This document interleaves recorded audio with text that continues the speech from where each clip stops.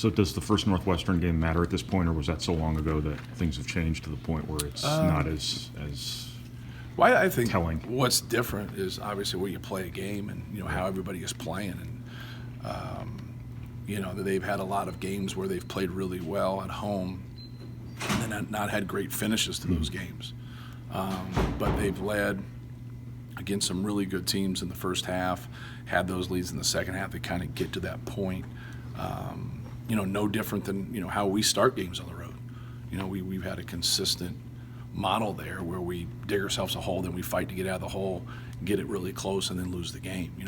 Their thing, not every single one of them, but a lot of times they've played really well early, and got into a pretty good rhythm outside of a couple games, and then slowly but surely their leads have dwindled down, and then they've lost those games. Obviously, there's a story behind every game just because each style is a little bit different. But they've put themselves in really good positions, and I think that's what they've done well is what we haven't done well. And so that's a concern for us, is trying to get off, to a good start and just play more consistent, that first 5 to 10 minutes of the half.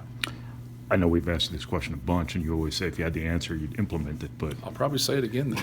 Well, do you have any sort of theory as to what might be an answer for those first 5 to 6 minutes? No, if I had the answer, we would do it.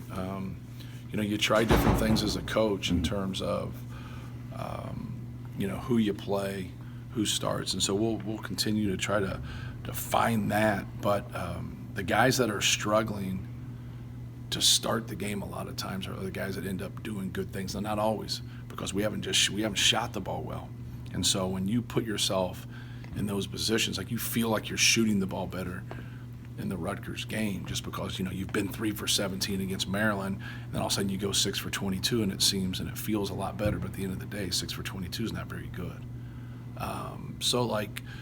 We have to do a better job of rewarding ourselves, whether that's finishing at the rim, making our free throws, making threes, and taking quality shots. I've always really harped on it and tried to encourage guys to take the shots that they make, that they've been consistent with. But also, be realistic in terms of like where you are and like who you are. And so if you're in some deep droughts, make sure that you're trying to get an easy one or a wide open one, so you can help our team, but also help yourself, so you can try to build some confidence and have a starting point. So I think that definitely will help. And then the effort. At times we're a very streaky team on the road in terms of our effort. Like there's times where you have a 5 to 7 minute push where, we really play hard or we really rebound the ball well. And then there's other times where it's like in transition, like, we're not getting guys going full tilt to sprint back to build our defense. I think you saw that in the Rutgers game too. They get 14 transition points. I would say 6 to 8 of them might, like to see if our effort's a little bit better where it would take us. But there's, the other half of those points where our effort wasn't good at all.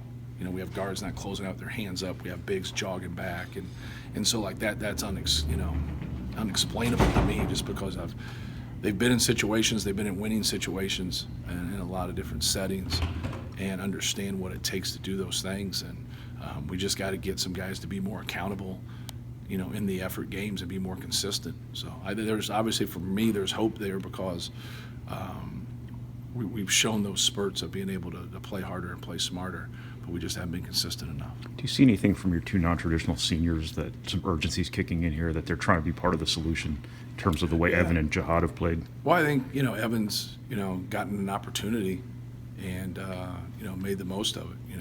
I thought he played well in Michigan State. I thought he played well in our last home game and did some really good things against Wisconsin.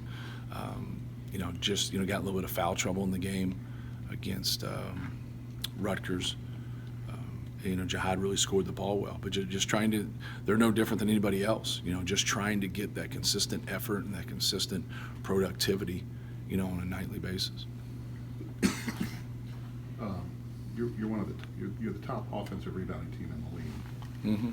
But your point production doesn't seem to match what Correct. you're doing on the offensive board. Is that a baffling piece to Sure. to what's going on Yeah, this year? you're trying to steal points. You're trying to get in transition yourself and get some easy ones, or you're trying to get some things off the glass. And the fact that we're getting offensive rebound shows effort. Like, guys that lead the league in, rebounds aren't, they're just not landing in their lap. You got to fight to be able to get that. And so we've been able to show a fight in that area and do some good things. But then whether we're able to, to finish that with a putback or a kick out three, or move the basketball and be able to, shooting the basketball, cures a lot of your, your shortcomings.